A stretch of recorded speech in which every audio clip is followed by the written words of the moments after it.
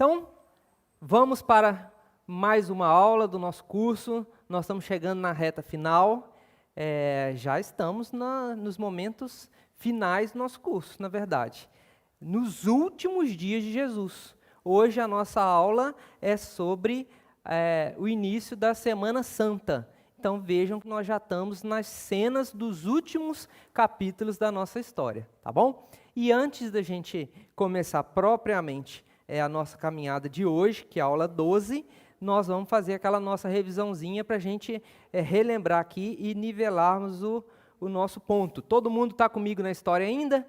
Jesus, ele já tem alguns meses que ele deixou a região da Galileia, onde foi praticamente todo o ministério dele, e ele chegou nas imediações da região de Jerusalém. Né? Aqui ele também está ensinando, está fazendo milagres, está instruindo o povo, e na última aula nós vimos que ele estava já na região da Pérea, por causa das perseguições e das ameaças que já vinha sofrendo, desde que começou a se identificar como sendo o próprio Deus, como sendo o Messias enviado. E lá na Pérea ele recebeu a notícia da doença do seu amigo Lázaro. Então de lá ele saiu, foi até Betânia, né, onde fez aquele que é considerado o maior de todos os milagres já realizados, né? A ressurreição de uma pessoa morta há 4 dias. E nós vimos na aula passada que esse, na verdade, foi a gota d'água, foi o grande estupim para que as autoridades, especialmente as autoridades religiosas, tomassem uma decisão firme de que precisavam interromper essa história. Qual que era o receio? Que as pessoas acreditassem que Jesus era o Messias. Não é que as pessoas acreditassem no milagre, eles não tinham dúvida do milagre. Eles não queriam que as pessoas acreditassem que Jesus era o Messias. E a gente pode tentar compreender aqui um pouco o receio das autoridades, porque Jesus não era a primeira pessoa na história dos judeus que se identificou como Messias. Outros vieram antes de Jesus e acabaram provocando movimentos populares, rebeliões populares, que acabaram sendo contidas com muita violência e com massacres pelo Império Romano. Então as autoridades agora elas querem manter o status quo, né? Elas querem manter uma certa paz, se é que isso é possível para um território que está sendo dominado, né? E isso implicava agora silenciar Jesus e impedir que a população acreditasse, depositasse confiança nele. Então, por causa do milagre da ressurreição de Lázaro, eles decidiram matar Jesus e matar Lázaro, né? Precisava agora surgir a ocasião certa. Muito bem, depois desse milagre, Jesus ele vai para a região de Efraim, essa região aqui, e agora ele já permanece totalmente escondido. Ele não é visto mais em público, né? Ele evita manifestações e ele só é visto às ocultas. Né? Ele está literalmente escondido para não ser morto. Os dias e as semanas estão correndo e se aproxima então a festa da Páscoa, a esperada festa da Páscoa. Gente, a Páscoa é a maior de todas as festas dos judeus, é a ocasião mais alegre, é a época que todo bom judeu quer estar dentro de Jerusalém. Nessa época, a população da cidade de Jerusalém, segundo os historiadores, costumava quintuplicar de tanta gente vindo de todas as regiões que ia para dentro de Jerusalém. E também Jesus, embora sofrendo já, respirando ameaças de morte, Jesus também resolve ir para Jerusalém passar a festa da Páscoa. Então, a nossa aula hoje converge para Jerusalém. A partir de agora, né, os próximos dias, que são os últimos dias, tudo acontece dentro de Jerusalém. Tá? E é por isso que essa é talvez a aula que eu mais gosto no curso, eu fico com maior expectativa desde quando a gente começa, para a gente poder chegar nesse dia, para a gente poder falar sobre Jerusalém, para a gente poder entender, e eu vou contar para vocês aqui o máximo de coisas que eu souber sobre Jerusalém, porque realmente é algo encantador e é mágico, a história daquele lugar, né? A história que continua acontecendo naquele lugar, como vocês vão ver hoje. Jerusalém é uma cidade moderna, às vezes a gente imagina só, né, a Jerusalém no tempo de Jesus. Jerusalém é uma cidade muito moderna, com prédios, com avenidas largas, com muita segurança, com shopping, enfim, é uma grande cidade cosmopolita como qualquer outra. Essa é a Jerusalém que foi construída inteiramente nos últimos 70 anos, tá bom? E existe, né, aí misturado nesse contexto, num cantinho aí, a cidade antiga, a cidade onde aconteceram os fatos narrados na Bíblia, né? Essa cidade, vocês estão vendo o perímetro dela aí, ela é murada, conseguem perceber? Ela é rodeada por muros, aí ao redor está a cidade nova, né? A cidade antiga, ela está murada. Esses muros não são da época de Jesus, esses muros são já da época que a cidade teve dominada pelos muçulmanos. Uma parte desses muros são do século VII, do século VI. Nós estamos falando de muros de mais de 1.200, 1.300 anos, mas não são os muros da época de Jesus. Na época de Jesus, a cidade também era murada, né? E inclusive por 3 muros diferentes, né? O que explica a grande capacidade de Jerusalém de resistir muito, como nós vamos ver na aula hoje, aos cercos militares, né, aos ataques. Então, a partir de agora, nós vamos ver como que essa cidade ela se tornou um marco muito especial na história dos judeus, na história do cristianismo e também na história do islamismo. As 3 maiores religiões do mundo convergem para Jerusalém. Jerusalém está no centro das atenções do mundo, ainda hoje. E para ilustrar isso, basta a gente lembrar que há 4 anos atrás, em 2018, uma simples manifestação, parece simples, né, do então presidente dos Estados Unidos, né, de que mudaria a embaixada dos Estados Unidos de Tel Aviv para Jerusalém, causou um alvoroço no mundo todo. Lembram desse acontecimento? Então, Tel Aviv, que está aqui, né, no litoral, é uma cidade nova, moderna, e até então nós dizíamos que era a capital oficial de Israel, a capital governamental, né, a capital civil, vamos dizer assim, embora os judeus sempre consideraram Jerusalém como a capital sentimental, a capital religiosa, mas a gente falava que Tel Aviv era a capital oficial. Com a decisão dos Estados Unidos, a maior potência mundial, de transferir a embaixada de Tel Aviv para Jerusalém, o governo americano estava e está admitindo Jerusalém como sendo a capital dos judeus, a capital de Israel. E por que isso é tão marcante? Porque Jerusalém ela é hoje dividida. Estão vendo a linha aqui, essa linha roxa? Essa linha roxa marca o território dos palestinos e o território dos judeus, né? Dentro do que a gente chama de Israel ou Palestina. Dentro da área roxa é território dos palestinos. O território dos judeus é fora. E vejam que a linha passa exatamente por Jerusalém. Quando Jerusalém foi destruída pelo Império Romano, lá em 70 depois de Cristo, os judeus se espalharam pelo mundo. E eles permaneceram espalhados, gente, por todos esses séculos. As comunidades judias existiam na Espanha, existiam em Portugal, existiam na Alemanha, no mundo todo. No Brasil existem muitas comunidades judias, mas o povo esteve espalhado. Ao longo de todos esses séculos de história, houve muitas tentativas de aniquilar de vez todo esse povo. A Segunda Guerra Mundial, né, o nazismo, é apenas talvez o fato mais recente ou mais grave da tentativa de matar de vez e acabar com os judeus. Mas, incrivelmente, um povo que está espalhado há tantos séculos, incrivelmente, os judeus sempre resistiram e ressurgiram. E depois da Segunda Guerra Mundial, em 1948, a recém-instalada Organização das Nações Unidas tomou uma decisão de restituir esse território, ou pelo menos parte dele, para os judeus. Então foi a partir daí, em 1948, que os judeus começam a voltar do mundo todo.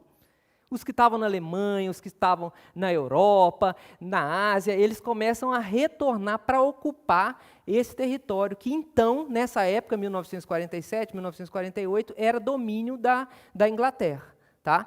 Então é a partir daí que a gente fala do Estado de Israel. O Estado de Israel, portanto, ele só tem 74 anos, gente. E é incrível o que foi feito em 74 anos. Muitas cidades brasileiras têm mais do que 70 e poucos anos, né?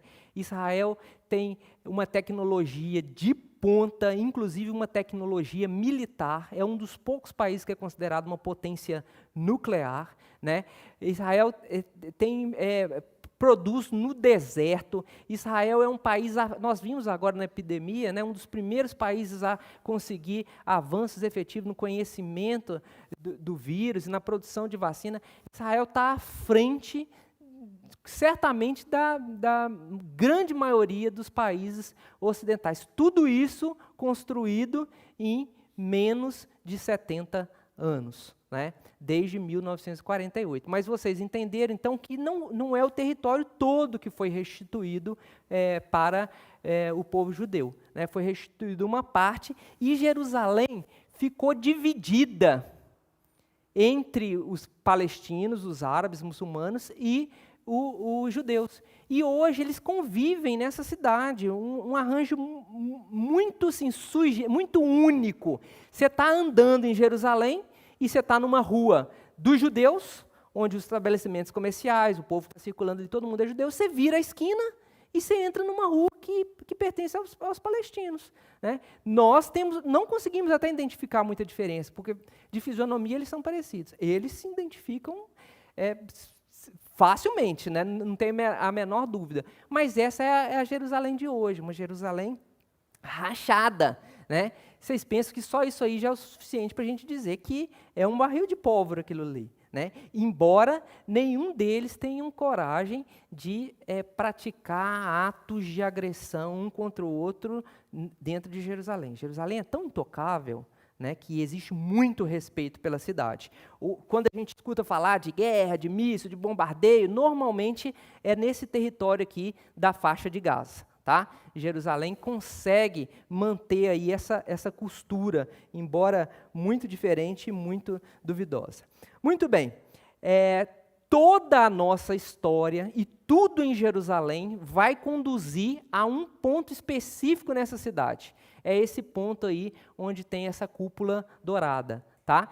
Na verdade, vocês estão vendo aí um quadrado grande, uma área plana, nós vamos entender ela na área de hoje. Esse lugar é chamado de um Monte do Templo.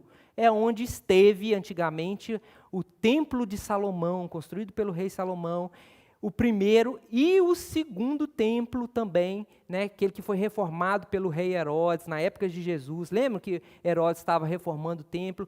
Tudo nesse local aí, tá? Mas nós vamos caminhando aos poucos na medida que Jesus for chegando por aí.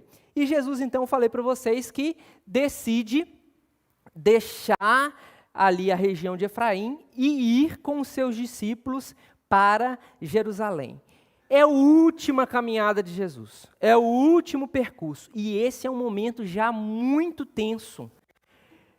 Já o ar já está pesado, porque os discípulos escutam de Jesus que ele está indo para morrer em Jerusalém. Jesus deixa isso claro.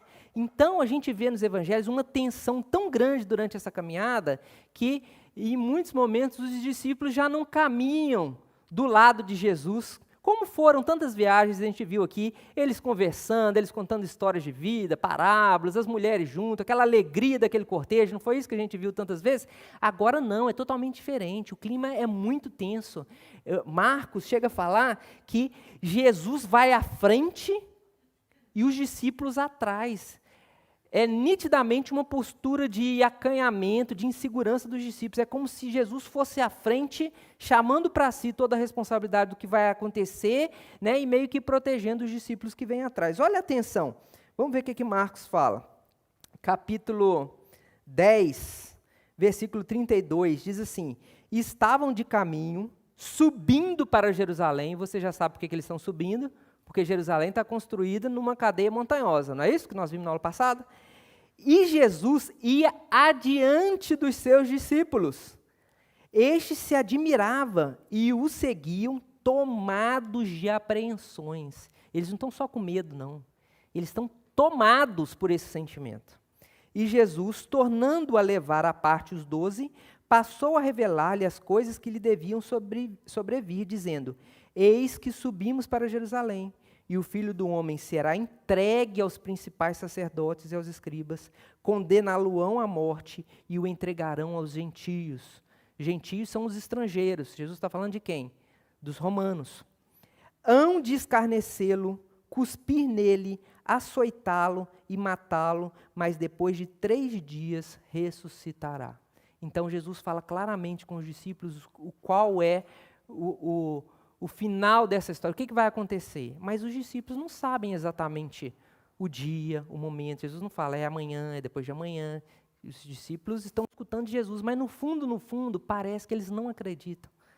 A gente já conversou sobre esse sentimento, né? Quando alguém fala que vai acontecer uma coisa ruim para a gente e a gente parece não acreditar naquilo. Os discípulos, eles pareciam meio anestesiados com aquilo. Eles acreditariam que Jesus, aquele que fez tantos milagres, que demonstrou tanto poder, que eles acreditavam que era o Cristo, o Messias, ele iria ter um final trágico desse jeito? Parece que no fundo, eles não acreditavam que isso estava para acontecer. E a estrada principal que levava para Jerusalém, vindo do norte, ela passava por um oásis, né? A gente já viu, dá para ver no nosso mapa aqui, a região muito mais verde do que o deserto da Judéia. Esse oásis no deserto é justamente a cidade de Jericó. Jesus, quando vai se aproximando da cidade de Jericó, junto com os seus discípulos, junto com os seus seguidores, né? Então tem um grupo razoavelmente grande ainda, a população começa a se dar conta de que Jesus estava passando por ali. Eles que já não escutam falar de Jesus há alguns dias ou algumas semanas, uma vez que Jesus estava escondido, não é isso? Eles querem naturalmente o quê? Ver Jesus, encontrar Jesus, e começa a se formar ali uma pequena aglomeração que vai crescendo. Nesse contexto, Jesus cura um cego chamado Bartimeu. Vocês lembram dessa história? Aquele que gritava: Jesus, filho de Davi, tem misericórdia de mim. Jesus toca o olho dele, restaura a vista dele. Aquilo dali espalha instantaneamente. Vocês acham que não tinha fofoca naquela época, gente? Né? Não tinha WhatsApp, mas fofoca já existia. Isso, fofoca é desde o início da humanidade. Aquele negócio ali rapidamente espalhou pela cidade, e aí mais gente ainda sai para ver Jesus, de forma que já tem tanta gente esperando por Jesus na principal estrada que corta Jericó, de caminho para Jerusalém, que já não é fácil mais se aproximar de Jesus. Estão entendendo?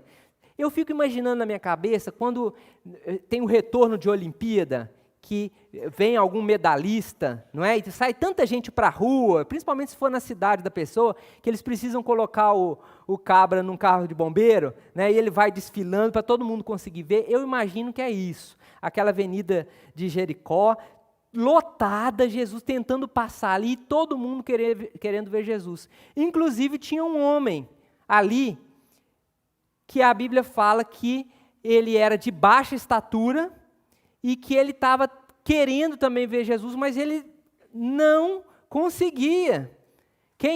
Qual que é o nome desse nosso personagem? Quem que é o nome desse homem? Zaqueu. Os evangelhos, as nossas fontes, falam 3 coisas sobre esse homem. Primeiro, ele era maioral dos publicanos, ou seja, ele era chefe dos cobradores de impostos. Não é uma pessoa qualquer, concordam comigo? Ele é uma das maiores autoridades que tem ali. Segundo, fala que ele era rico, o que de certa forma é uma redundância, porque a gente já sabe que os cobradores de impostos, né, eles tinham lá suas táticas de enriquecer. Terceira coisa que a Bíblia fala, que ele era de baixa estatura. Portanto, um anão. Concordam, gente? Concordam que ele era anão? Não, gente, isso nós não sabemos. Eu estou brincando com isso, porque todo mundo, quando fala Zaqueu, imagina um anãozinho, né? Olha, a Bíblia não fala isso, fala que ele era de baixa estatura, não é? Mas baixa estatura é referência. Eu, por exemplo, ninguém tem dúvida que eu sou um homem de grande estatura, não é verdade? E isso não tem, pode ser qualquer referência. Não, estou brincando, mas eu, perto do time de basquete da NBA, sou um homem de baixa estatura também. Zaqueu tinha baixa estatura, tá? E aí, querendo ver Jesus, ele bolou a estratégia dele. A estratégia dele foi subir em uma árvore. Olha que legal essa pintura que eu trouxe para vocês. É em aquarela, gente, essa pintura, né? É de 1836, esse pintor foi a primeira pessoa a fazer uma Bíblia ilustrada, e fez em aquarela. E olha que impressionante, está lá Zaqueu, né, subindo em cima de uma figueira brava, né, o sicômoro que a gente vê mencionado, ele era uma figueira brava. E ele usou essa tática aí para poder tentar ver Jesus. Se você for visitar lá Jericó, até hoje existem as figueiras bravas, os sicômoros plantados em vários pontos da cidade. Em algum momento da história, eles usaram essa árvore como uma árvore ornamental, plantaram ela ao longo das avenidas de Jericó. É incrível isso há 2000 anos atrás, né? A gente acha que o mundo desenvolvido é só hoje, mas Jericó foi uma cidade planejada. Era uma cidade onde Herodes ia passar os seus períodos de folga, né? Então, no planejamento urbanístico da cidade, no plano diretor da cidade, eles plantaram aí os sicômoros. E a gente fica, como é que é a questão da imaginação, né? Eu ficava imaginando assim, que Zaqueu fez um enorme esforço para subir naquela árvore, que a maior, assim, o grande obstáculo de Zaqueu foi subir na árvore, né? Realmente esse sicômoro, ele é uma árvore frondosa, mas não é uma árvore difícil de escalar, tá? Então, essa foto aí eu tirei, né? Não é o sicômoro que Zaqueu subiu, viu, gente? Por favor. Mas é um sicômoro milenar, tá? Ele está aí em Jericó há cerca de 1000 anos plantado nesse local, e todos os turistas são levados aí para relembrar essa história.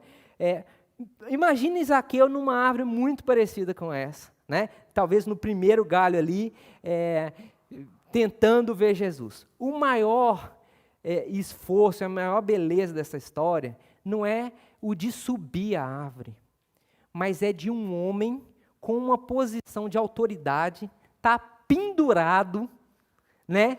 De uma forma assim, muito pop, vamos dizer assim, né?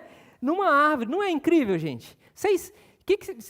Vamos tentar colocar na nossa realidade aqui. Vamos dizer que vem uma pessoa importante aqui em Patinga. Se você visse assim, as grandes autoridades da nossa cidade, os magistrados, o prefeito da cidade, pendurado numa árvore, não seria um tanto quanto inadequado socialmente? Vejam que Zaqueu rompeu para ver Jesus, ele rompeu talvez a primeira grande dificuldade que nós temos, que é vencer o nosso ego. Vencer aquela sensação de que nós somos diferentes, nós somos melhores, nós não podemos fazer isso que todo mundo está fazendo, né? Então, com essa atitude, Zaqueu já demonstra um grande desprendimento e um grande interesse realmente em conhecer Jesus. Qual não foi a surpresa de Zaqueu? Eu acho que ele quase caiu da árvore, quando Jesus, passando no meio da multidão, né, Jesus não apenas olha para a árvore, aponta para a árvore. Zaqueu deve ter pensado, será que tem mais alguém aqui atrás de mim? Ele chama o caboclo pelo nome. Não é ou não é incrível? Ele fala, Zaqueu, desce daí, cabra. que me convém rangar na tua casa hoje. Esse Jesus era meio nordestino, né? Que todos os outros foram mineiros, eu nordestinei hoje. Imagina, gente, a surpresa de Zaqueu. Jesus se autoconvidando para pegar a boia na casa dele, né? E Zaqueu desce da árvore, apesar da falação, porque o povo começou a falar, Jesus, hein? Indo comer na casa de um ladrão, indo comer, né? Se convidando para estar junto com um pecador, um cobrador de impostos, mas apesar de todo o boato, né? Zaqueu desce da árvore e recebe Jesus com toda a alegria do mundo. E durante o jantar, né, aquele homem, na presença de Jesus, provavelmente muito impactado por tudo que Jesus significava e significa, né, Zaqueu deu aquela famosa declaração, olha, eu vou destinar 50% dos meus bens aos pobres. E se eu tiver defraudado alguém, se eu furtei de alguém, eu vou restituir tudo, 4 vezes mais. 4 vezes mais. Ô, gente, eu posso garantir para vocês que nesse dia, Zaqueu ficou pobre, sem nenhum centavo no bolso. Ele desfez de todo o patrimônio dele. Todo. Vocês concordam comigo? Eu acho que sim. Quer ver? Faz comigo um cálculo aí, se você é bom de economia. Vocês acham que mais de 12,5% do patrimônio de Zaqueu tinha sido objeto de negociações ilícitas ou menos? O que vocês acham? Mais ou menos de 12,5%. Hein? Mas não é difícil, né? Que no mínimo 12,5% tenha sido objeto de ilícitos, né? Então vamos pensar assim, patrimônio dele, 100%, a pizza inteira. 50% Zaqueu destinou aos pobres. Agora ele só tem 50%. Concordam?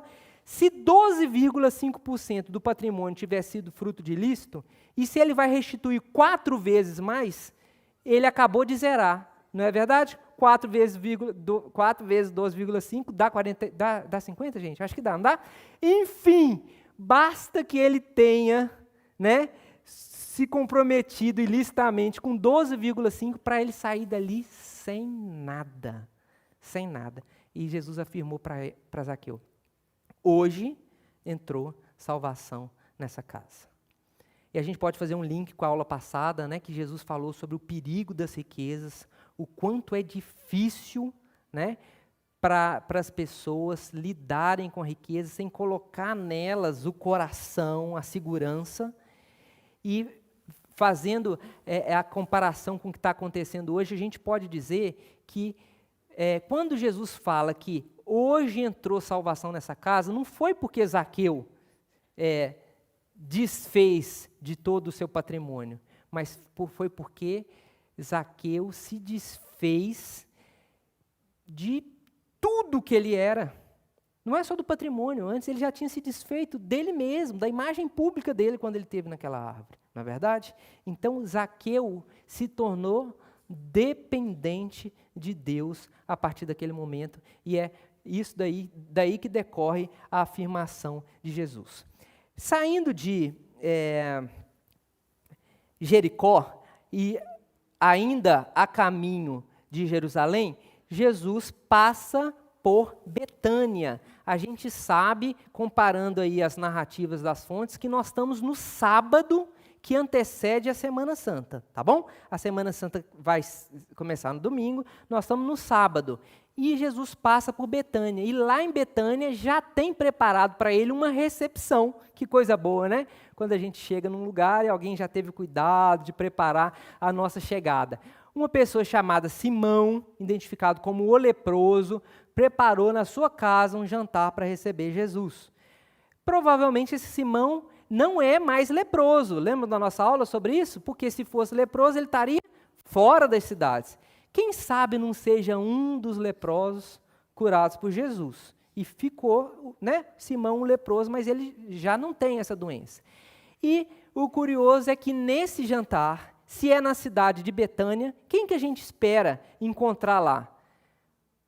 Será que os amigos de Jesus da cidade de Betânia foram convidados? Foram, né? Lázaro está à mesa quando Jesus chega. E Marta? O que vocês acham que Marta está fazendo? O que vocês acham? Gente, esses detalhes vão deixando a história tão vibrante, porque a gente vai vendo as características dos personagens se repetindo, né? Isso vai mostrando autenticidade, credibilidade, a gente vai se envolvendo com a história. Se nós conhecemos Marta, e se ela não tiver aprendido nada com Jesus, provavelmente ela está envolvida com trabalhos e com serviços mais uma vez, né? Será? Vamos conferir? Olha lá. Abre sua Bíblia aí, você que trouxe ela, em João capítulo 12, versículo 1. João 12, versículo 1. Vou ler aqui para vocês. 6 dias antes da Páscoa, foi Jesus para Betânia, onde estava Lázaro, a quem ele ressuscitara dentre os mortos. Deram-lhe, pois, ali uma ceia. Marta servia. Alguém falou tadinha? Tadinha, porque ela não aprende a lição, gente. Gente, quantas oportunidades nós vamos ter de ter um Jesus puxando a nossa orelha? Pensa, quantas vezes, gente? Nós temos que aprender a lição, não é verdade? Será que nós temos muitas oportunidades de ter o próprio Jesus puxando a nossa orelha? Marta servia. E Maria? Não sei, continua assim, fala, sendo Lázaro um dos que estavam com ele à mesa. Maria parece que não está em cena, mas de repente Maria aparece. Então Maria, tomando uma libra de bálsamo de nardo puro, muito precioso, ungiu os pés de Jesus e os enxugou com os seus cabelos e encheu-se toda a casa com perfume de bálsamo. Marta sendo Marta e Maria sendo Maria. Maria não está trabalhando, não está preocupada com jantar. Maria foi comprar um perfume. E não é qualquer perfume não, gente. Ela comprou um perfume importado. Veja o que eu estou falando para vocês. Naquela época era mais desenvolvido, vocês imaginam. Essa planta que falou aqui, o nardo, não era uma planta da região. Era uma planta que só florescia nas montanhas do Himalaia. Portanto, esse perfume aqui é um perfume muito precioso. Maria não trouxe apenas um pouquinho do perfume, não. Ela trouxe uma libra. São mais que 350 gramas desse material. Né? E ela despejou isso inteiramente aos pés de Jesus. Gente, o perfume foi tão grande que a casa toda se encheu com aquele perfume. É algo para ser admirado ou é algo para ser, sim, combatido? O que vocês acham? O que Maria está fazendo? A reação dos discípulos não foi boa, não. Os discípulos sabiam o preço daquele perfume. Sabe qual era o preço? Se você continuar a narrativa lendo depois, você vai ver lá na sua casa que o perfume custava 300 denários. O denário, vamos atualizar aqui em real, quer ver como a gente consegue? O denário era uma moeda romana que era o equivalente a um dia de serviço de um trabalhador comum. Ok? Quanto que ganha um trabalhador comum no Brasil? Né? Vamos pensar nos trabalhos mais braçais. Um dia de serviço, uma diária, quanto que é? 150 já está estudo. A última vez que eu dei aula, vocês falaram 75. Não é possível que teve essa inflação toda, né? Aqui, mas como eu sou ruim de conta, pode ser 120? Pode ser 120? Então tá bom, vamos pensar 120 é um dia médio de um trabalhador no Brasil. 300 dias desse dá quanto, gente? Eu já fiz a conta para não passar vergonha. 36 mil reais. Ok? Dá isso? Confere aí. Esse perfume que Maria trouxe custava aproximadamente 36 mil reais. E ela despeja esse perfume inteiramente. Aí a gente começa a compreender a insatisfação dos discípulos. E é nesse momento que aparece, assim, de forma significativa, pela primeira vez, durante todos esses anos, o nome de Judas Iscariotes. Ele foi um do que ficou mais bravo. Ele falou, gente, essa mulher não podia fazer isso, alguém manda ela parar com isso. Por que essa mulher não pegou e não vendeu esse perfume, colocou o dinheiro aos nossos cuidados, para que eu pudesse distribuir para os pobres? Entenderam? E aí a gente descobre, é o primeiro também comentário pejorativo a respeito de Judas. As fontes falam que ele falou isso porque ele tinha a bolsa, ou seja, ele era o tesoureiro do grupo, e ele era ladrão. É a primeira vez que aparece um comentário pejorativo a respeito de Judas. Judas não estava realmente preocupado com os pobres, né? Ele queria era se aproveitar desse dinheiro. E, de novo, Jesus surpreendente, né, gente? Mais uma vez, a gente talvez imaginaria Jesus falando, é mesmo, vamos economizar esse dinheiro aí, vamos distribuir para os pobres. Jesus falou, deixa a mulher. Deixa a mulher. O que ela está fazendo, talvez vocês não entendam hoje, mas ela já está me preparando para a morte. Era um costume dos judeus, depois da pessoa morta, passar perfumes, passar bálsamos, antes que a pessoa o corpo fosse dado o seu destino final. Né? Jesus falou, olha, ela já está preparando. E o que essa mulher está fazendo é uma espécie de adoração. Ela estava adorando a Jesus com o que ela tinha. Né? Ela estava entregando aos pés de Jesus. Jesus falou que o que essa mulher fez era tão significativo que em todos os tempos, ao longo da história, onde fosse contada a história dele, a história do que essa mulher fez também seria lembrada. E não é isso que nós estamos fazendo aqui agora? Nós estamos cumprindo a profecia de Jesus, que falou, onde a minha história for contada, o que essa mulher fez vai ser lembrado. E Jesus ainda terminou dizendo assim, olha, os pobres, vocês têm eles sempre com vocês, mas a mim vocês não me terão por muito tempo. E eu fiquei pensando hoje, né, que a gente vive sem dar conta de que as pessoas queridas que estão ao nosso redor, a gente não vai ter elas para sempre, não é? E às vezes a gente faz pequenas economias em relação às pessoas queridas que estão ao nosso redor, né? Quando, na verdade, a gente deveria lembrar do que Jesus está falando. Olha, tem coisas que vão ficar, mas as pessoas queridas, elas não vão permanecer para sempre, não é verdade? Por que a gente não é mais generoso, né, gente?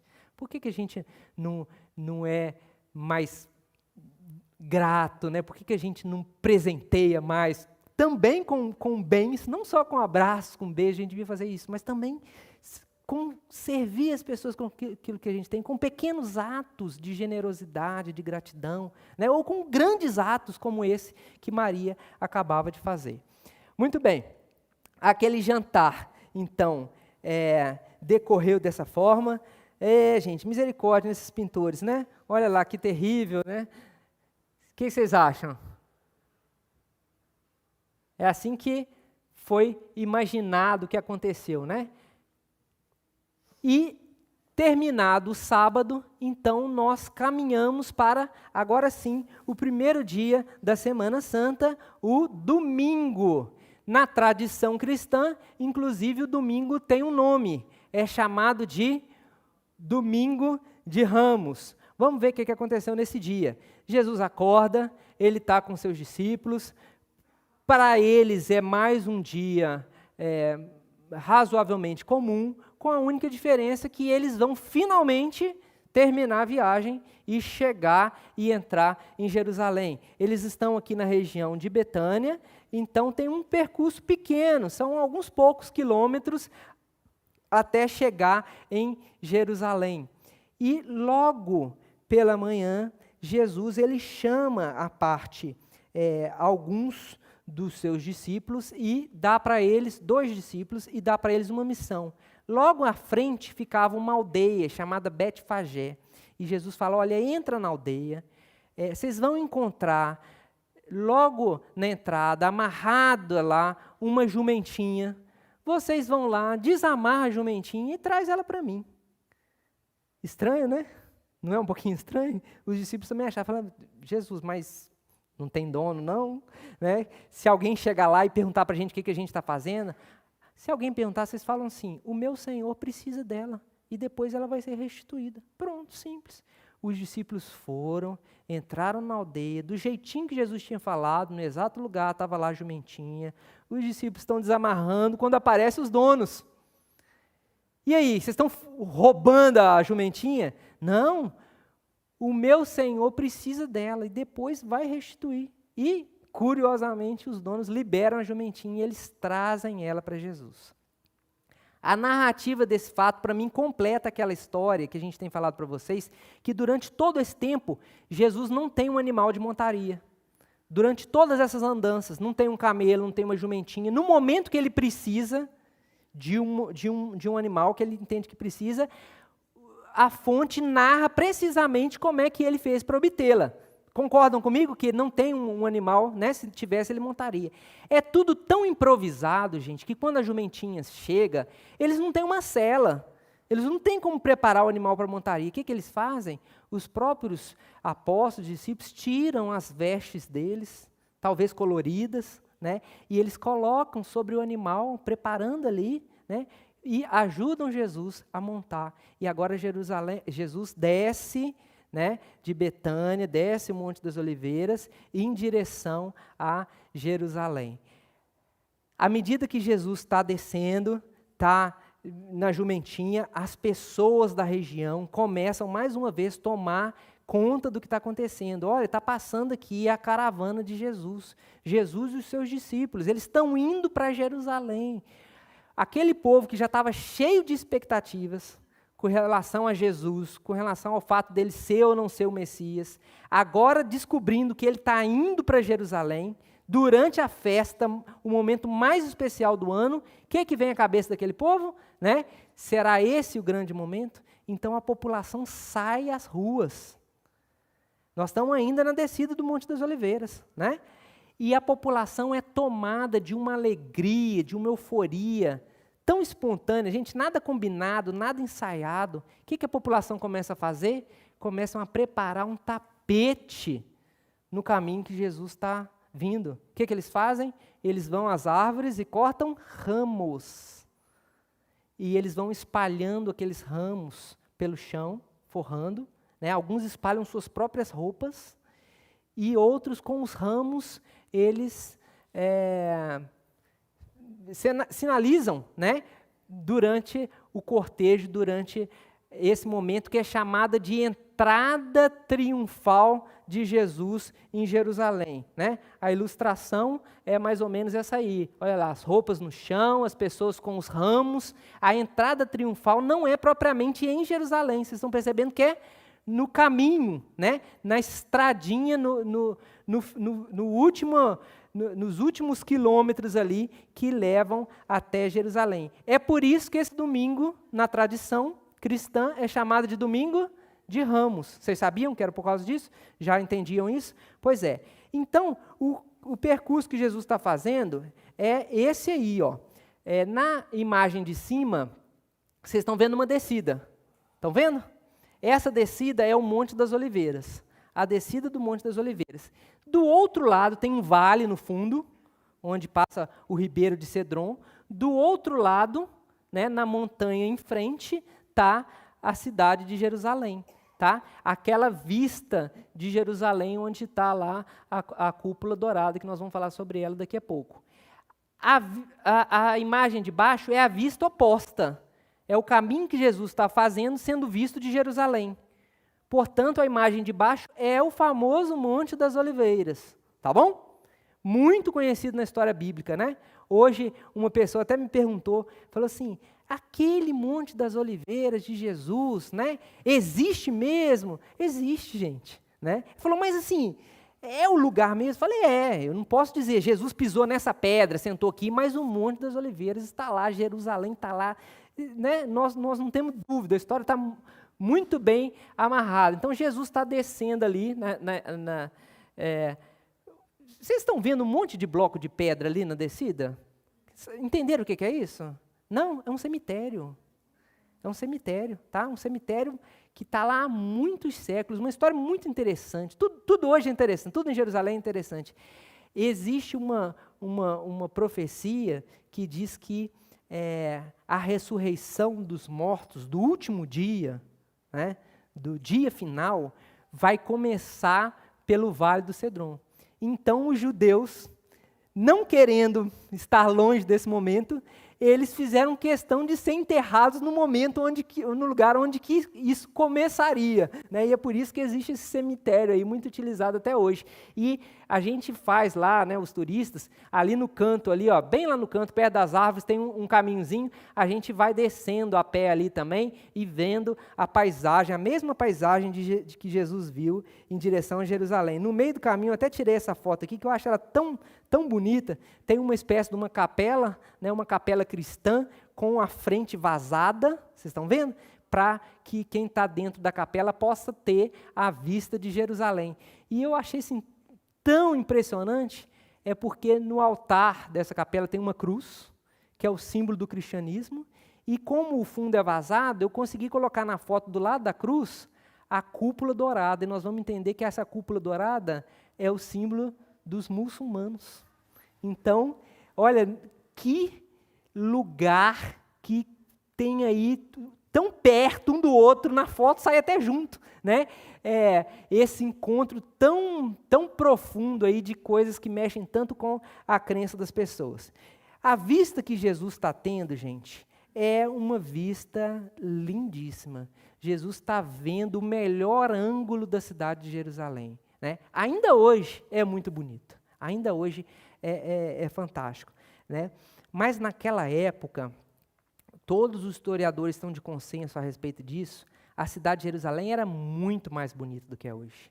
Essa parte da cidade aí, logo do lado desse platô enorme, onde está a mesquita hoje, aqui à direita da foto, ficava a Fortaleza Antônia, né, que era uma fortaleza com 4 torres.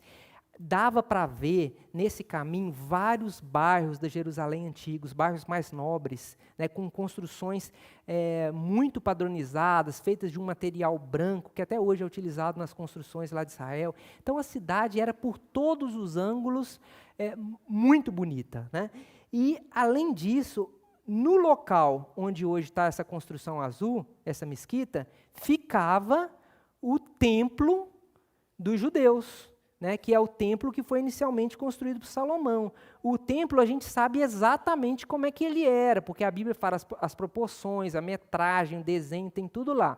Então, essa foto aí é uma maquete, né, do que a gente tenta produzir, mas, sem dúvida nenhuma, ele era muito suntuoso e muito elegante. Até hoje os traços, vejam que não são desatualizados, né? Quem entendeu um pouco de arquitetura aí, né, sabe que essa tendência aí por linhas retas está super na moda hoje. Então, era uma construção assim, muito elegante e muito imponente, né?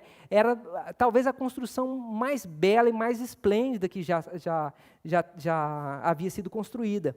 O próprio local onde o templo estava construído era muito especial, gente. Vocês viram que é um enorme platô, não é? Esse platô, ele chegou a ter 500 metros de largura, de comprimento. É meio quilômetro plano. E você deve estar imaginando assim, como? Não é o cume do monte? E não é exatamente o cume do Monte Moriá, inclusive, né? O mesmo local onde Abraão esteve para sacrificar, e ele subiu lá no monte para sacrificar Isaac. Como é que tem essa região plana? Olha, gente, isso não era plano.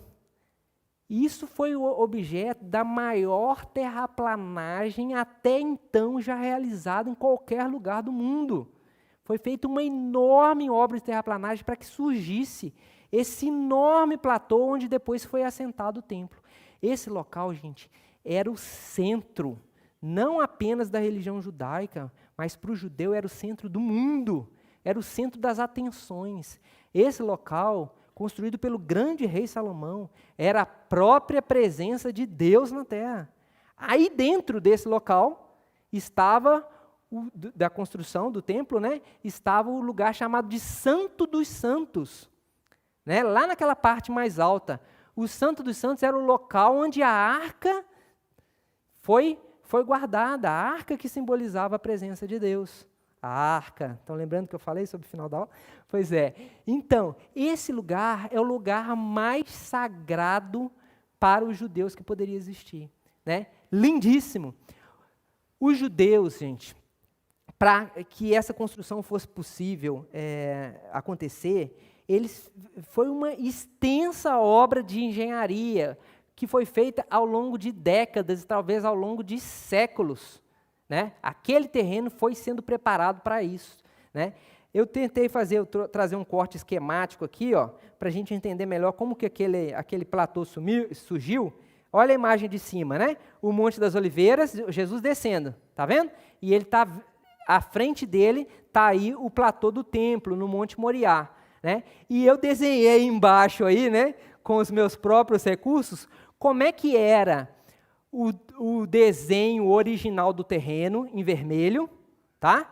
E como é que ficou depois da terraplanagem. Primeiro, eles cortaram o cume do monte inteiro, trouxeram abaixo. Enorme essa obra de engenharia, gente. Nessa época, eles não tinham trator, não, né? Eles não tinham maquinário. Mas, depois de ter feito a terraplanagem, ainda queriam fazer uma área maior. O que eles começaram a fazer?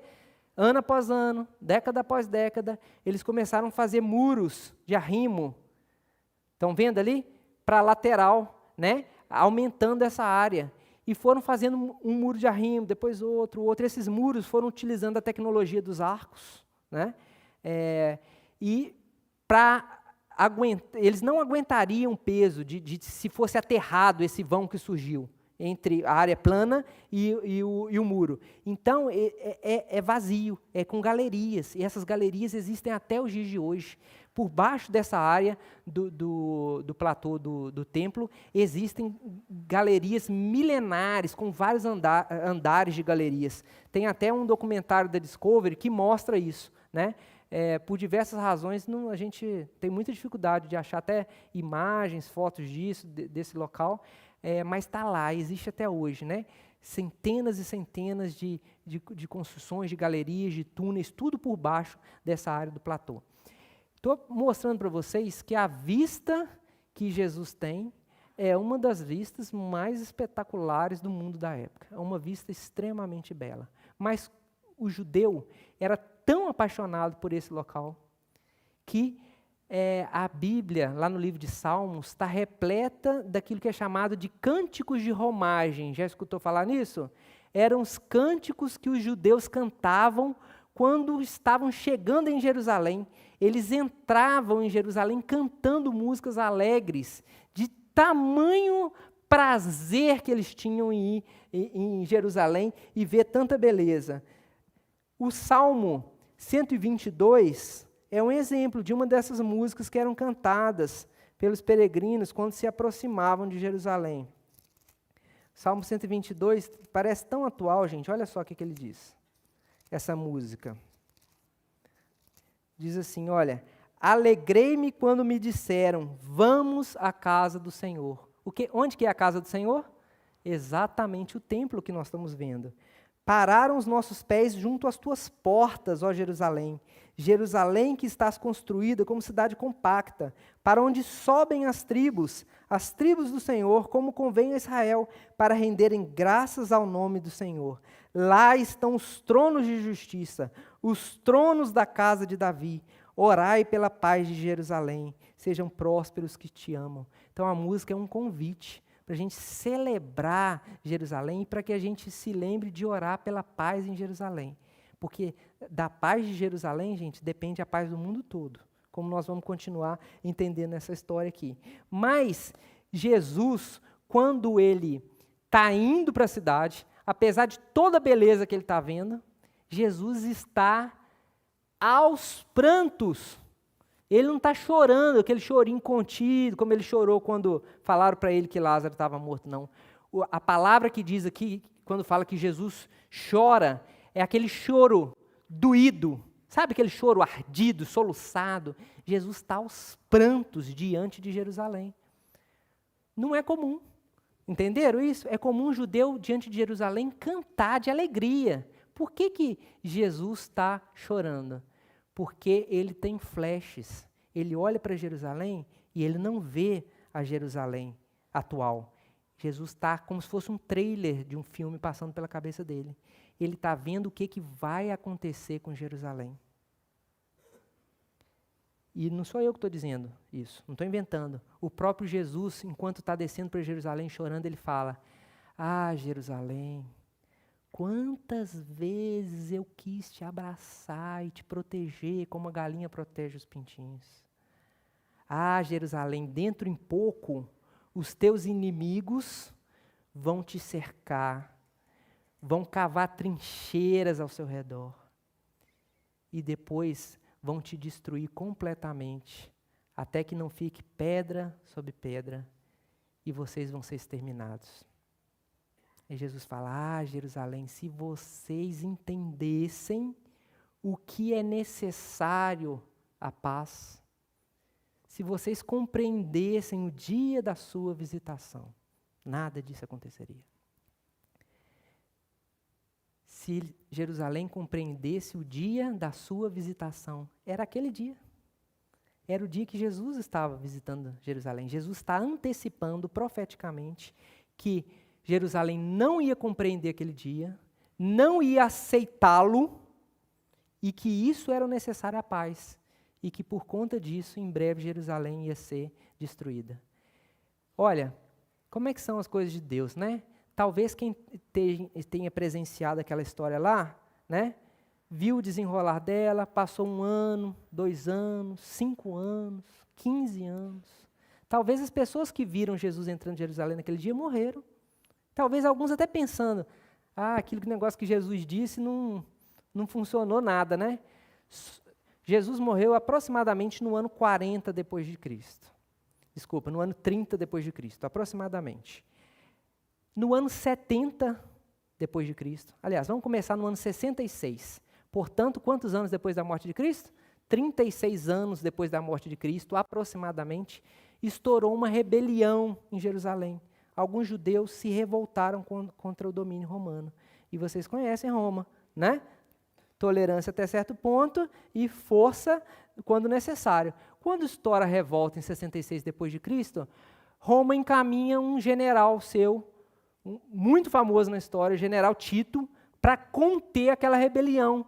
E esse general vai com algumas legiões de soldados. Eles acham que Jerusalém vai cair diante do Império Romano assim. Ó. Quem que é Jerusalém, uma cidadezinha contra as legiões romanas? Mas isso não acontece, Jerusalém começa a resistir. Lembra das 3 muralhas? Jerusalém vai resistindo, o tempo vai passando e os exércitos não conseguem tomar Jerusalém. Erro de cálculo. Te lembra alguma coisa que está acontecendo hoje? Né? E eles vão ali pelejando e a batalha vai passando semanas, meses, e eles não conseguem invadir Jerusalém. Sabe quantos anos durou o cerco de Jerusalém? 3 anos. O que eles tiveram que fazer? Entrincheiraram a cidade toda, cavaram buracos em volta da cidade toda, ficaram ali de tocaia, não conseguiam entrar na cidade. Lembra do que Jesus falou? Vão ser cavadas trincheiras ao seu redor. Eles ficaram ali, escondidos nas trincheiras. Nada, eles não entravam na cidade, mas também nada entrava. Eles não deixavam entrar nada, ou seja, não entrava comida, não entrava suprimento, não entrava produtos colhidos, né? Nada entrava e nada saía da cidade. O que começa a acontecer dentro de Jerusalém? 1 mês depois, 2 meses depois, 6 meses depois, o que começa a acontecer? Fome. Comeram tudo, não tinha mais nada.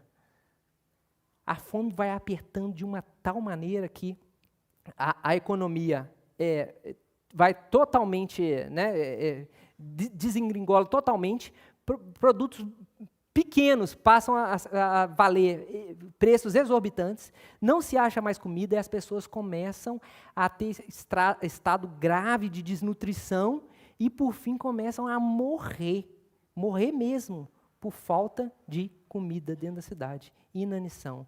Vocês estão entendendo por que Jesus está aos prantos quando ele olha para Jerusalém? Né? Ele consegue ver tudo isso passando na cabeça dele. Gente, esse momento é tão tenso na história, tão tenso, né? Posso contar, né? Que Flávio Josefo, aquele historiador judeu, ele fala que num dos dias durante o cerco, já mais para frente, talvez depois de alguns anos de cerco, se sente na cidade um cheiro de carne assada. Tenta entender o que é um cheiro de carne assada. Churrasquinho já é uma delícia, né? Mas quando as pessoas estão morrendo de inanição, né? E aí eles começam a pirar de onde que está vindo esse cheiro.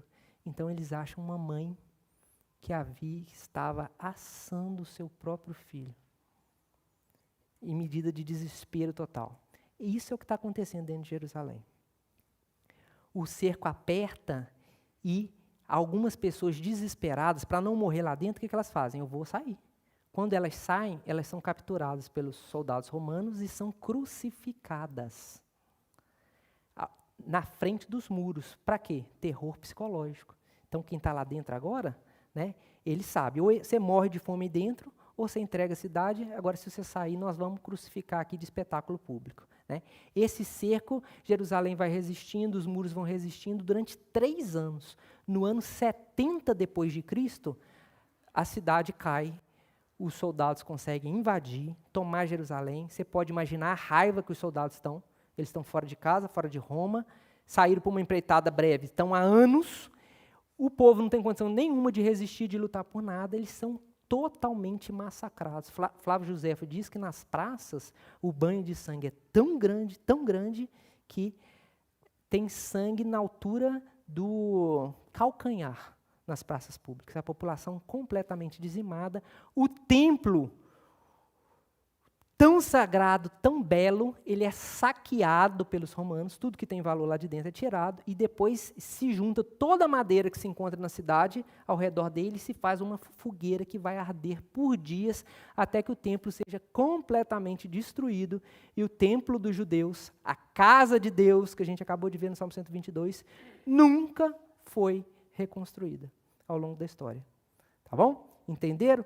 Quando Tito volta para Roma, a população romana, que tinha essa mania de fazer arcos do triunfo para comemorar vitórias, constrói um arco que está lá hoje em Roma ainda. Quem já foi ou quem tiver a oportunidade de ir visitar, eu já tinha ido, não tinha me dado conta, tinha passado lá no arco, depois estudando a história, o arco de Tito em Roma, fui lá procurar minhas fotos, eu tinha uma foto lá, e né, não tinha me dado conta. O arco de Tito em Roma foi construído para celebrar a vitória de Roma sobre Jerusalém. Vejam que não foi uma vitória qualquer, foi um grande feito militar romano. Então, o arco de Tito está aí, né? E o mais legal de toda essa história, que nas paredes do arco de Tito, vocês estão vendo aí uns soldados trazendo os despojos roubados do templo. E o que eles estão trazendo? O candelabro, a menorá, que era um dos objetos, junto com a Arca da Aliança, mais sagrados que existiam, mais importantes, né, que existiam no templo. Foi carregado, foi roubado como despojo de guerra pelos romanos. A menorá é até hoje o símbolo da nação judaica, né, é o símbolo dos judeus. Foi levada para Roma e de lá foi dado sumiço. Pergunta: se eles tivessem achado a Arca da Aliança lá, vocês acham que a Arca da Aliança estaria desenhada aí junto com essa menorá ou não? Eles desenharam a menorá por causa de quê? Porque foi o objeto mais precioso que eles conseguiram tirar de lá. Né? A menorá toda de ouro, né? E tudo que ela simbolizava, eles trouxeram. Olha aqui, a história vai ficando emocionante a cada passo. O general Tito, quando começou a destruir a cidade, ele falou: eu não quero que sobre nada dessa cidade. Destrói tudo, tudo, tudo, tudo. Lembra a profecia de Jesus? Não vai ficar aqui pedra sobre pedra. Aí o general Tito parou e falou assim: não, peraí, tive uma ideia. Deixa um pedacinho só desse muro. Lembra aquele muro de arrimo que foi construído para alargar o platô e fazer o templo em cima? Deixa um pedacinho só desse muro aí. Para quê? Para os judeus, um dia, olharem para esse muro e imaginarem o quão glorioso era o que tinha em cima desse muro, e eles chorarem e eles lamentarem por tudo que nós fizemos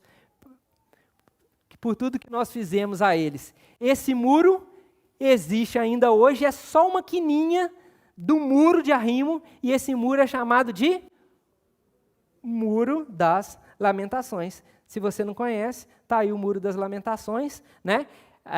Em cima, como eu falei para vocês, está hoje a mesquita, né, dos muçulmanos, embaixo ali vários judeus fazendo a oração, né? Esse judeuzinho que está aqui no cantinho da foto de baixo, né, sou eu também fazendo ali as minhas orações e tendo um momento com Deus. Esse lugar, gente, é um lugar muito sagrado para os judeus. Na verdade, é o lugar mais sagrado que existe, que eles podem ter acesso. Porque hoje os judeus estão proibidos de ir na parte de cima. Que, como estou frisando para vocês, tem lá uma mesquita dos muçulmanos. É território, lá em cima é território palestino. Até nós, turistas, para a gente conseguir ir lá em cima, a gente tem que passar por um túnel. Na foto de cima dá para ver um túnel aqui na lateral. Aí nós passamos por uma revista, nós passamos pela guarda palestina, é como se a gente estivesse entrando em outro país, e de fato estamos. Então nós temos acesso à parte de cima. Podemos andar no platô, em toda a extensão, que por sinal, nesse platô foi a sede dos Cavaleiros Templários, mas isso é motivo de um outro curso, tá bom? Nós podemos andar por toda essa parte, mas não podemos entrar na mesquita.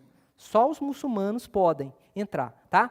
As mulheres, para subir nessa parte aí também, elas não podem ir assim, estilo brasileira, não, né? Despojada, mostrando braço, pescoço, nem pensar. Então, as mulheres vão ganhar um véu, vão ganhar uma proteção, se a roupa estiver curta, eles vão enrolar as mulheres, e aí a gente chega nesse pedaço aí. Os judeus não dizem que são proibidos, eles dizem que eles não querem ir lá, né? Mas tanto não podem que a nossa guia, né, a que acompanha as excursões, a guia judia, né, a guia local, ela para ali na entrada do túnel e a partir dali uma outra pessoa acompanha, porque realmente, né, a guia que esteve com a gente na nossa turma, ela até falou que quando era criança, eles subiam nos prédios, nas construções altas, para tentar ver lá em cima. Pensa, gente, na paixão desse povo, sabendo que o local mais sagrado do mundo está ali a alguns passos. Eles têm, inclusive, força militar para tomar aquilo a hora que eles quiserem, mas eles não fazem, porque eles sabem que e você também fica sabendo, viu? A hora que você vê os judeus tomando posse disso que está em cima, é guerra mundial e é provavelmente o final dos tempos. Porque os judeus são uma potência militar, os muçulmanos estão crescendo no mundo todo e dominam vários países. A Liga dos Países Muçulmanos e Árabes é uma liga forte. Isso envolve o cristianismo e, portanto, envolve todas as potências ocidentais. Nós estamos falando, inclusive, dos Estados Unidos, né? Esse lugar é um barril de pólvora, gente. É um barril de pólvora. Pensa comigo. Se tem um lugar que Deus colocou o dedo assim e falou assim, é aqui, esse local é esse aí, bem debaixo dessa cúpula dourada. Esse, eu já falei para vocês, é o local onde que tudo indica, os judeus acreditam nisso, Abraão levou Isaac para ser sacrificado e o anjo do Senhor fala, para, já entendi, você é capaz de me obedecer. Ao longo da história dos judeus, vários acontecimentos se deram nesse mesmo local. Jerusalém, coincidência ou não, vai ser construído ao redor desse monte, né, que na verdade antes, na época de Abraão, não tinha nada. Depois tem uma história interessante lá de Davi, quando Davi peca e tem uma praga que está matando o pessoal na cidade, Davi ora e fala, Deus, sou eu o culpado, que recaia sobre mim o castigo, não sobre o povo. Davi olha do seu palácio e vê o anjo que estava causando a destruição, e o anjo está onde? Nesse lugar, nessa ira. Depois, quando Davi quer construir um templo para Deus, ele ora e Deus fala, você não, você é homem de sangue, quem vai construir o templo é seu filho, Salomão, e vai construir aonde? Lá naquele local. Está entendendo o tanto é importante? Aí Salomão constrói o templo, e bem debaixo de onde que a cúpula dourada era o Santo dos Santos, e a Arca da Aliança, que simboliza a presença do Senhor, mais do que simboliza, era a presença do Senhor, é colocada onde? Bem nesse local. Depois que Roma destruiu isso tudo, no ano 70 depois de Cristo, esse território passou a ser objeto de inúmeras disputas, guerras atrás da outra, os muçulmanos querendo, os cristãos, as cruzadas todas, gente. Por que aconteceram as cruzadas? Para conquistar esse lugar aí, caiu na mão de cristão, voltou para Salazar, voltou para os muçulmanos, voltou para os cristãos. Finalmente, os muçulmanos querem construir uma mesquita linda, que seja o símbolo do Estado muçulmano, da religião. Onde que eles vão construir? Podia construir em qualquer lugar, gente. Qualquer lugar de Jerusalém. Aonde que eles resolvem construir? Ali. Podia ter sido mais para a direita no platô, mais para a esquerda, mais para a ponta. Onde que eles vão construir? Ali, exatamente no local. A essa altura, você deve estar se perguntando, os judeus querem tomar esse negócio e reconstruir o templo? Vocês acham que eles querem? Você já viu na televisão aí que os judeus vão para esse local aí, principalmente os ortodoxos, eles ficam batendo, né, fazendo esse movimento assim, quase encostando a testa no muro. Já viu, não é? Eles vestidos de preto, com aqueles filactérios, eles têm alguns papeizinhos e eles ficam colocando as orações ali, ó, no buraquinho do muro, entre os tijolos. Isso são pedras enormes, né, gente? Essa parede aí, feita de pedras de toneladas, aí eles vão encaixando os papeizinhos ali, ó. De vez em quando eles recolhem esses papeizinhos de tanta quantidade e já se fez uma pesquisa. Sabe o que os judeus mais pedem a Deus nas orações ali? Não é saúde, não é dinheiro, não é prosperidade, não é vida longa. O que eles mais pedem é que seja restaurado o domínio de Israel sobre esse local para ser construído novamente o templo. Inclusive, se diz que já existe tudo preparado. Tudo. É uma grande quantidade de ouro, uma grande quantidade de material, de acordo com todas as etapas que estão lá no Velho Testamento, de como a construção devia ser, todo o material. Inclusive, eu vi isso com meus próprios olhos, né? Tem um instituto dos judeus que chama Instituto do Templo. O objetivo dessa organização é preparar tudo que seja necessário para reconstruir o templo. Quando eu estive lá, eu vi aí na Cidade Velha, próxima aí do Muro das Lamentações, algumas vielas para trás, eu vi a menorá pronta e exposta lá já, né, feita pelo Instituto do Templo. Então, se acredita que eles têm realmente tudo pronto. Né? Se um dia Israel vier até a posse desse local, né, rapidamente eles seriam capazes, segundo se acredita, de reconstruir aquele templo. Muito bem. Isso tudo aí é o que Jesus está vendo nesse dia. E se não bastasse, né, quando os muçulmanos escolhem esse local para construir a mesquita, eles o fazem com uma crença, acreditando que Maomé esteve nesse local e ascendeu ao céu a partir daí. Vocês acreditam nisso? O local que já era sagrado para os judeus, sagrado para o cristianismo, também se tornou sagrado para o islamismo. Provavelmente Maomé, segundo os historiadores, nunca esteve em Jerusalém. Ele teria sonhado que estava nesse lugar e que ascendeu ao céu a partir daí. Tá? Você deve estar curioso, Rafael, mas o que tem aí dentro, debaixo dessa cúpula dourada? O que é que tem aí de tão impressionante? Vocês querem saber, gente? Não, vamos mexer com isso não. Vamos caminhar na nossa Semana Santa? Olha, é proibido entrar lá dentro, né? Mas o professor de vocês, assim, muito diligente, foi buscar na internet, depois de muita navegação, vou conseguir trazer uma foto surpreendente para vocês do que tem bem debaixo da cúpula dourada. Esse local se chama Domus da Rocha. Por que será que tem esse nome? Olha aí o que tem lá debaixo. Uma rocha. Só isso.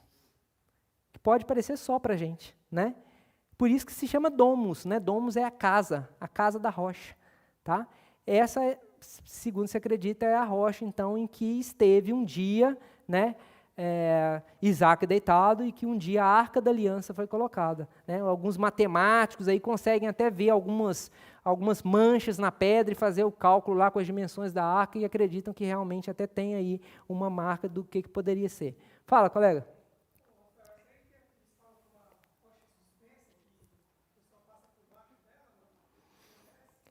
Então, nós não podemos entrar, né? Parece que sim, existe uma escadaria, mas mais detalhes sobre o local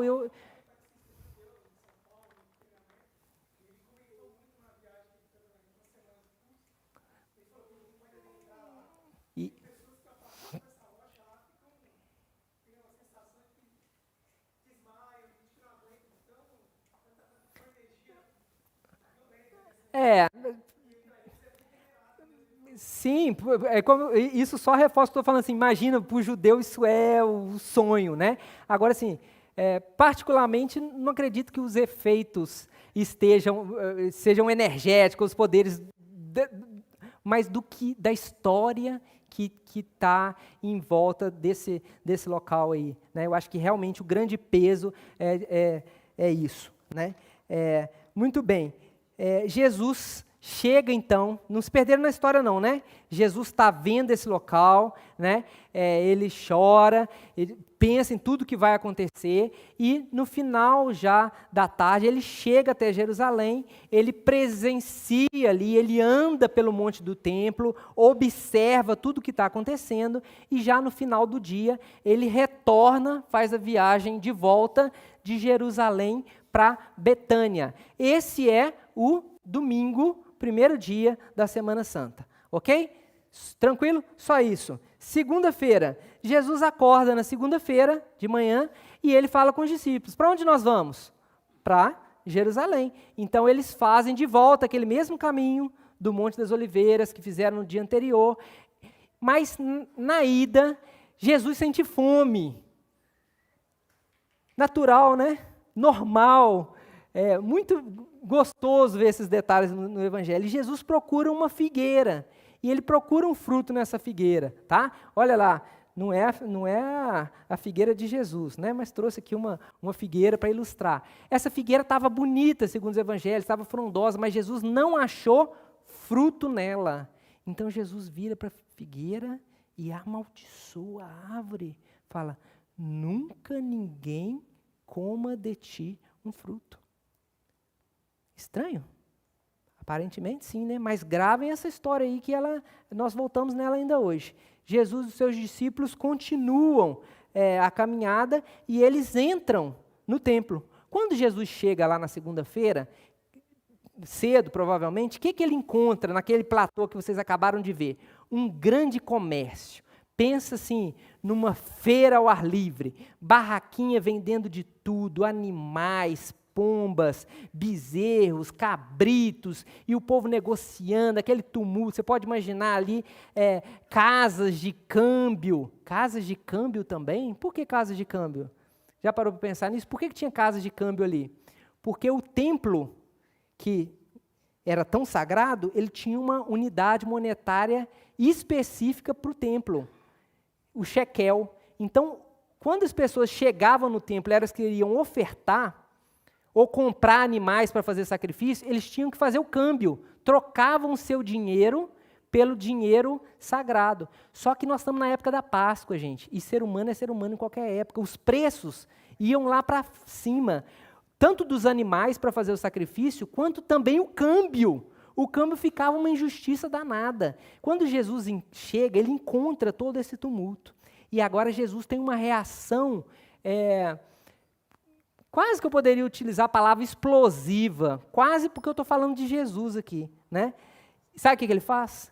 Ele vira as mesas dos cambistas, eu imagino moeda voando para tudo quanto é lugar, ele começa a espantar os animais, ele vai tocando, ele vai fazendo aquela confusão, ele vai expulsando as pessoas ali, e enquanto ele vai fazendo isso, ele vai dizendo, olha, citando inclusive um texto bíblico, a minha casa será chamada casa de oração, mas vocês transformaram ela em covil de salteadores.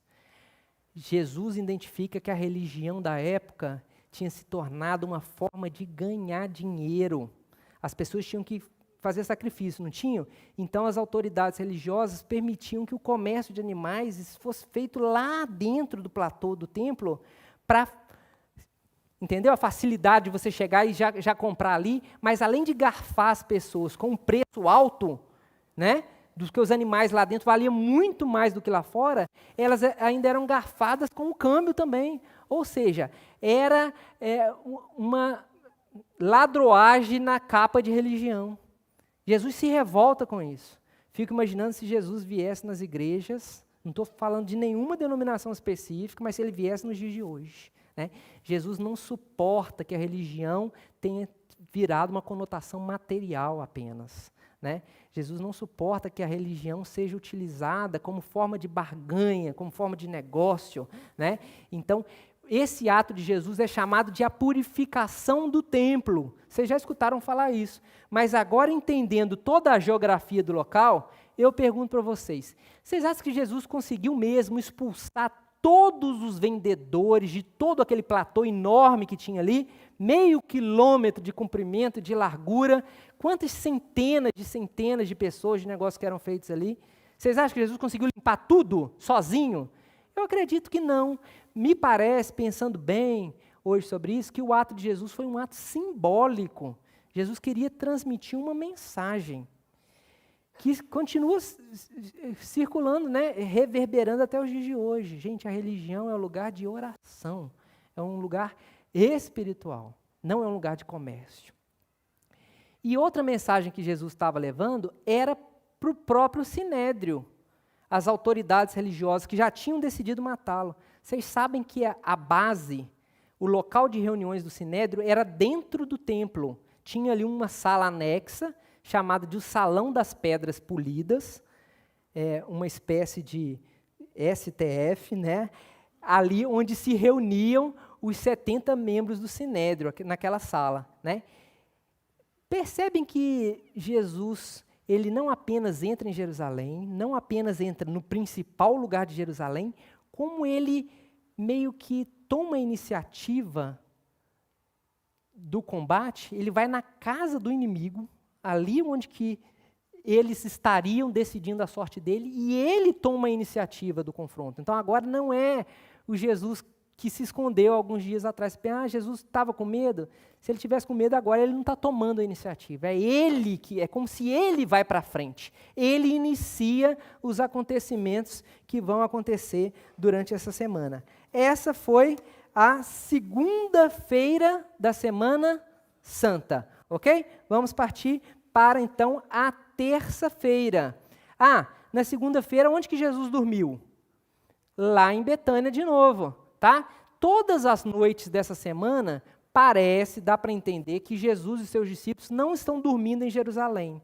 Lembram que eu falei que Jerusalém está, população quintuplicada? Aparentemente, Jesus não tem uma base, um local, não conseguiu alugar no Airbnb ou pegar uma pousadinha lá dentro de Jerusalém. Ele está tendo que ficar do lado de fora da cidade. Então, todo dia, ele vai e volta. Agora, na terça-feira de manhã, Jesus está voltando de Betânia para Jerusalém. E quando ele está passando no mesmo trajeto, olha o que os discípulos veem. Lembra da árvore de ontem? Uma frondosa, Jesus falou, ninguém vai comer fruto de ti. E hoje os discípulos olham, ela está completamente seca, completamente. Os discípulos ficam assustados. Olha, eles viram tanta coisa, né? Eles viram Jesus andando sobre o mar, mas eles ficaram assustados com essa árvore seca. E Jesus falou, olha, se vocês tiverem fé, isso aí não é nada. Vocês podem virar para esse monte. Qual monte que Jesus está falando? O Monte das Oliveiras, é onde que ele está. Né? Vocês podem virar para esse monte e falar, levanta e ergue-se no mar. E ele vai se levantar e fazer isso. Né? Eu acredito que os discípulos continuaram sem entender muita coisa. E até aqui eu também não estou entendendo muito. Jesus secando uma árvore, parece um pouco sem sentido isso? Só porque ele sentiu fome, a árvore não quis dar fruto para ele? Será que foi aí um capricho de Jesus? Guarda ainda a história que nós vamos decifrar ela, tá bom? Jesus, ele continua, nós estamos na terça-feira, né? Ele continua a caminhada e ele chega no templo. Lá dentro do templo, o pessoal do Sinédrio, que se sentiu confrontado na segunda-feira com o ato que ele fez de purificação, agora eles já montaram uma estratégia, estão todos organizados. O que eles fizeram? Vamos tentar capturar Jesus, mas ele é popular.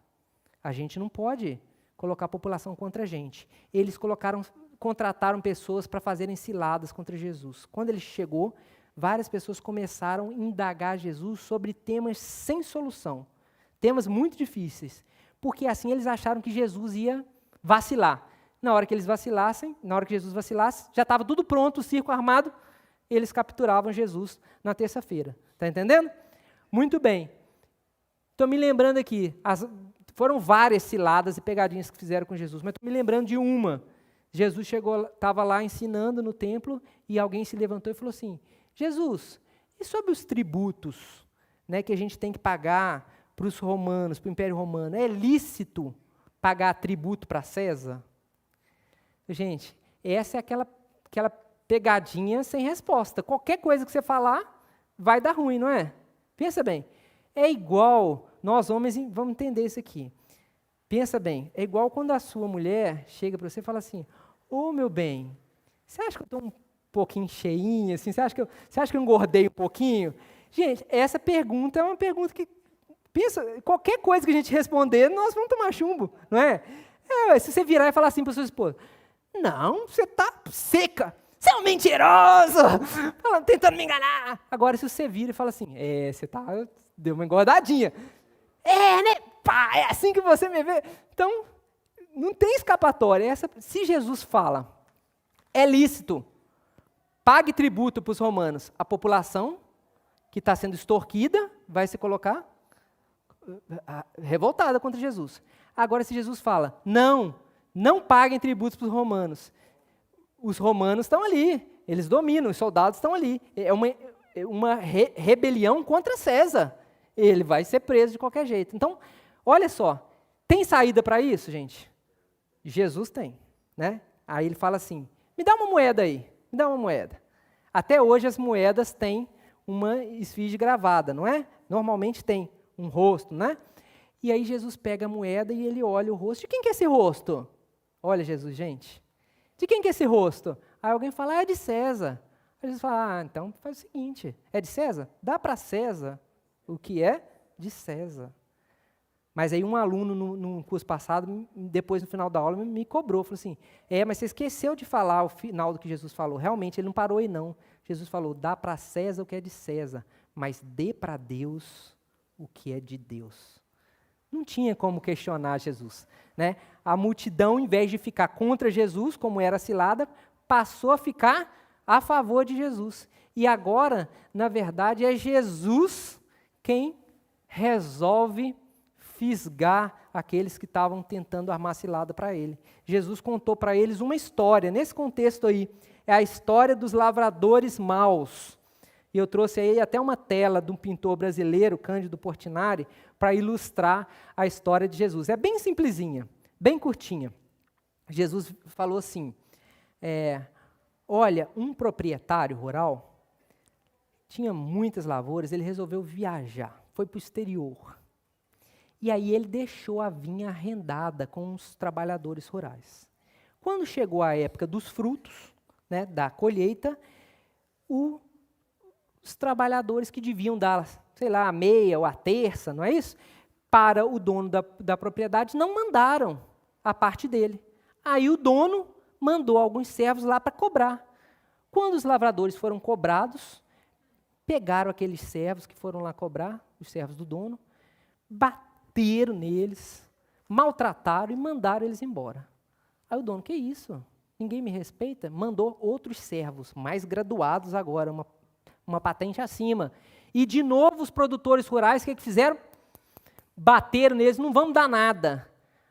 O dono da propriedade falou assim: gente, eles não respeitam meus servos, agora o que eu vou fazer? Eu vou mandar o meu próprio filho lá, quero ver se eles não vão obedecer o meu próprio filho. Então, o próprio filho do dono vai lá cobrar. Mas na hora que ele chega, os produtores falam assim, os lavradores maus, né? Falam assim: agora é o herdeiro que veio, gente. Esse a gente tem que tratar diferente. Não apenas bateram, como espancaram, mataram ele e jogaram o corpo para fora da vinha. Aí Jesus perguntou para os judeus que estavam lá, interrogando ele, querendo pegar ele em alguma armadilha. Falou assim: quando o dono da vinha ficar sabendo o que fizeram com o filho dele, o que o dono vai fazer? O que o dono vai fazer, gente? O que vocês acham? O que vocês acham? O dono vai acabar com esses lavradores, não é? Vai exterminar completamente os lavradores. Foi essa a resposta que os judeus deram. Só que na hora que eles deram a resposta, caiu a ficha. Eles estavam se sentenciando. A história era sobre eles, não é? Os judeus eram, na verdade, o quê? Os arrendatários. Deus tinha escolhido eles como administradores. Mas eles não deram fruto. Eles não frutificaram. Eles não deram a colheita. Então Deus mandou quem? Os profetas. Mas os judeus ouviram os profetas? Muitos deles foram inclusive mortos. Deus então fala, olha, não ouviram os profetas, eu vou mandar o meu próprio filho. Quem é o filho? Jesus está se identificando. Sou eu que estou vindo. E Jesus já está antecipando. Olha o que vocês vão fazer comigo. Vocês vão me torturar, vocês vão me matar e vocês vão jogar o meu corpo para fora da cidade. É isso que vocês vão fazer comigo. Mas, quando o dono da vinha tomar providência, e Jesus completa assim, a lavoura será tomada dos lavradores e será passada para um povo que produza frutos. Jesus já está antecipando que o reino de Deus seria entregue para outros povos estrangeiros, né, que ficariam encarregados de transmitir o evangelho e não seriam os judeus mais. Perfeita história, não é? Os judeus haviam acabado de sentenciar a eles mesmos. Eles foram pegos na cilada e na armadilha. E agora você talvez consiga entender o que aconteceu com aquela árvore. Parece que nada nessa história é por acaso. O que aconteceu com a árvore, gente? Foi um capricho de Jesus secar a árvore?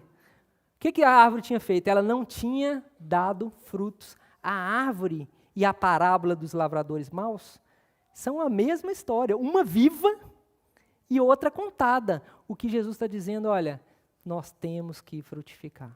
A árvore não serve se ela não produzir frutos. Se você escutou a mensagem de Jesus, se você escutou o evangelho e se você não gerar frutos, o que vai acontecer? Vai ser secado. E isso vai ser passado adiante. Muito bem, e assim, enquanto Jesus está debatendo lá no templo, lá no salão das pedras polidas, a portas fechadas, o Sinédrio percebendo que não está conseguindo pegar Jesus em nenhuma armadilha, tão preocupados, alguém bate a porta. E quem que é? Um dos 12. O que você está fazendo aqui? Meu nome é Judas Iscariotes. Eu vim combinar com vocês um negócio aí, né? Eu sei a melhor maneira, vocês não estão conseguindo pegar Jesus, eu sei a melhor maneira, eu posso entregar a ele por uma recompensa. É na terça-feira que Judas e o Sinédrio fazem o pacto da traição. E Judas ali recebe em troca, quanto? Quem lembra na história? Estamos concluindo, hein, gente? Quem lembra na história? 30 moedas de prata. Se essa moeda for o shekel, eu acho isso muito interessante, eu vou contar para vocês agora. Se essa moeda for o shekel, que é a moeda lá do templo, cada shekel valia 4 denários. Logo, o preço da traição foi 120 denários. Qual foi o preço do perfume? Logo, Judas traiu Jesus por aproximadamente 1/3 do valor do perfume que foi derramado sobre os pés de Jesus. Fantástico, não é isso? E aí dá até para a gente estimar qual seria o preço em reais da traição. Né? É uma estimativa, mas dá para a gente fazer esse cálculo aí. Na minha cabeça, algo em torno de 15 mil reais hoje. Né? Ou seja, Jesus foi trocado por muito pouco. Por muito pouco. Essa é a terça-feira. E então, terminada a terça-feira, Jesus, ele volta de caminho para Betânia, onde ele passava todas as noites, tá bom? Jesus acorda e já é que dia agora? Quarta-feira da Semana Santa. Sabe o que aconteceu na quarta-feira, gente? Olha, aconteceu isso aí. Na quarta-feira da Semana Santa não aconteceu nada. Não existe nenhum fato relatado, a não ser que Jesus esteve no templo, mas estranhamente foi uma calmaria só. Estranhamente? Não, gente, o Sinédrio já tem o pacto da traição combinado. Agora é acalmar as coisas, é só esperar a hora certa. Sem intercorrências, Jesus volta para Betânia, dorme de quarta para quinta. Quinta-feira, Jesus acorda. Ele abre o olho. E quando ele acorda, só ele sabe disso. Mas ele tinha acabado de dormir a última noite da vida dele. Ok? Paramos por aí. Na próxima aula, nós continuamos então com a quinta-feira, a Santa Ceia, a prisão de Jesus, né? Muito bacana, vamos falar de muita coisa legal também.